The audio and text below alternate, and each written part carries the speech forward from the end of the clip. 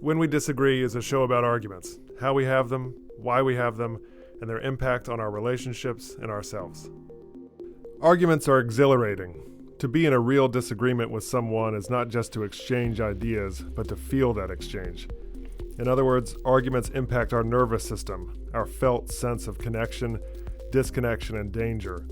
In some forms, arguing can feel like playing, with a rapid back and forth, a testing of boundaries, some teasing, staying right on the edge of fun and danger. And at some point, and this point can really depend on the context, topic, or relationship, play becomes confrontation, and we feel attacked, threatened, at risk. And our nervous systems in these moments can respond in 4 different ways. We can fight, show our teeth, and act aggressively. We can engage in flight, sneak out, or storm out. We can freeze and shut down, not able to find the right words or move much at all. We can finally fawn and double over backwards to apologize, take the blame, and try to feel safe by repairing the relationship. I'm Michael Lee, Professor of Communication and Director of the Civility Initiative at the College of Charleston. Today's guest on When We Disagree is Caleb Lackey, a student from Greenville, South Carolina, who ministers for Cru. Caleb, tell us an argument story. Man, I've had a lot of arguments before, but I don't really tend to remember a lot of them. But there was one that I do remember because it kind of caused me to reflect on myself, and that's not something I'm like really used to doing.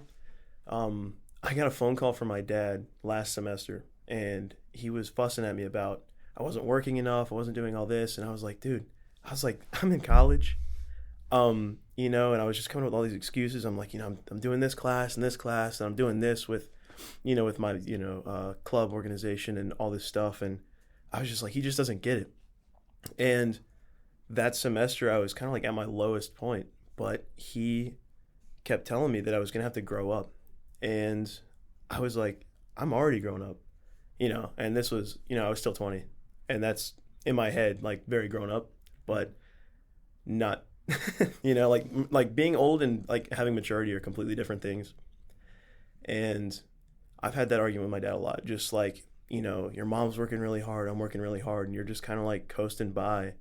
And it's really hard for me not to look at my dad as a villain when I'm having those arguments, but like, it kind of caused me to be like, wow, I'm like actually really entitled to think that like my dad is the bad guy in this scenario for like telling me to just be a man and just like, you can't just like lay around all the time and get up and go take initiative and all this stuff. And yeah, and normally they don't like cause me to, they don't really cause me to like think about it that much, but just like everything was kind of going wrong at the time. And like, I was like, okay, maybe there's like some extra hand in there. Cause I do work with the Christian ministry. So, I believe that God was trying to get at my heart, and yeah, it was weird because there's like so many things going on. And then finally my dad was just like, you just gotta take a step. He's like, you can't really coast by for, the rest of your life.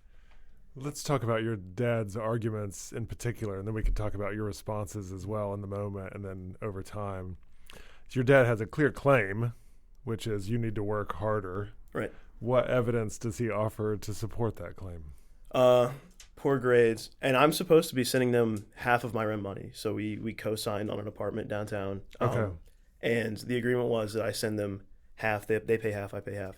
And last semester, I just wasn't making enough to pay them half and to live, like groceries and gas and all that stuff. So I was putting all that stuff before that. And I was like, well, I don't need to work more because I'm already working enough. And, anytime I try to like throw up the, like, I'm in classes, and he's like, well, how are your grades? And, they weren't good. They weren't great. So then he was like, well, you don't really have an excuse. He's like, you're either doing really good in school or, not working a lot, or you're working a lot and not doing good in school. So yeah. What does your dad mean when he's telling you to grow up? What do you think that means for him to be grown up? So my dad was like working from a very young age, kind of like, I'm from like a very rural area. So a lot of, my mom was on her own at 16. So both of them like have been working very, very hard for their whole life. And their kind of mission was to like provide an environment for me to not have to like endure what they did. And I guess because of that, like I just never had to do anything that was like really, really like tough or like work like crazy hours or anything to sustain myself, because like they did that for me. And my dad told me, both of them tell me all the time, they're like, we expect you to like, because of this like opportunity that like we've worked very hard to provide for you, we expect you to just pick it up and go from there and work really hard, because you're not having to focus on other things. And because I squandered that, my freshman year here, I didn't go to class and I like failed out of college, so I had to like reapply and everything. And Okay. that like their whole life of trying to get me to where I am now, I just felt like I threw away. And yeah, that was kind of like, my expectation was just like I can go to class every day and come home and play video games or go out with my friends and like keep living like I'm in high school. It sounds like you have some remorse over that period, and it also sounds perhaps like your folks, your dad in particular, has some sense of fear that it'll happen again. Is that fair? Yeah, it is fair. I really, really struggle with like self-motivation and keeping myself accountable for stuff. And I don't really understand why. And that's like why last semester was so low for me, because I knew what the problem was, but I just couldn't get myself to like fix it or address it. And it really did kind of bum me out, because I'm like, why am I like this? And yeah, and it sounds a little bit like your father's hoping to perhaps motivate, to provide that kick, that jump start that motivates you. Or perhaps he's trying to have a reckoning with you to see behaviors that he's seeing, but maybe you're suppressing or avoiding or just not able to reckon with in the moment. Right. Yeah. I think my dad, like, he and I are very similar as far as like motivation goes, but it's really my mom who is like the driving force of like our family. And, he's like, I wouldn't be where I am today without your mother. And he's kind of, I guess, really more so defensive of my mom, because she works like, there's been weeks she'll work like 13, 14 days in a row just to like, cover like an extra expense or something like that. And like, I myself am not willing to do that, and like when he mentions that kind of stuff, it does bother me a lot, because I'm like, oh wow, that actually is like really scummy, like when you put it like that, so it sounds like sitting here you're very receptive to your dad's arguments, his work ethic, your mom's work ethic, what they've provided for you. In the moment though, when you're having the confrontation, how do you respond?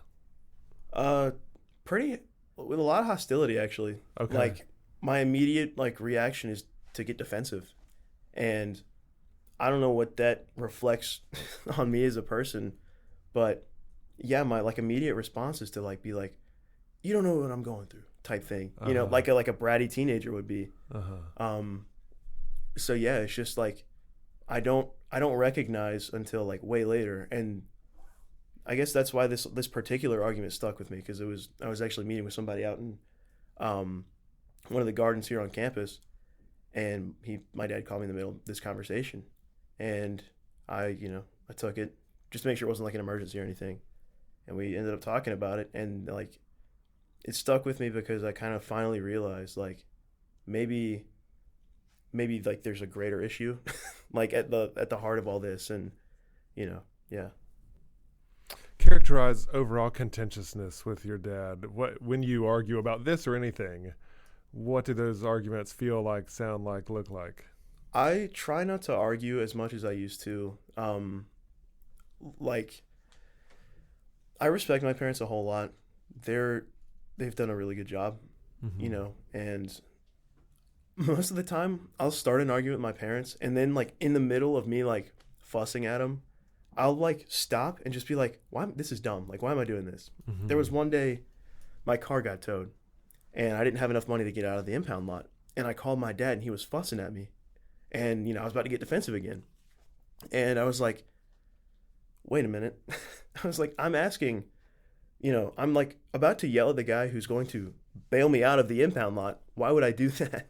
He's going to provide me the money to get out of that lot. Why would I yell at him, Like, I'm not the one I need to be mad at. So since that argument, a lot of them have been way more like self-reflective, or I guess just reflective of, I'm like, my dad probably knows a lot more than I do. Actually, he definitely knows a lot more than I do. So I try not to argue from a place of like, well, I know what I'm going through. I try to argue from a place now of just like, yeah, you're right.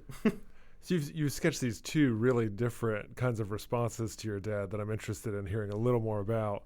One, you said sometimes when he fusses at you, as you say, you can react with some hostility.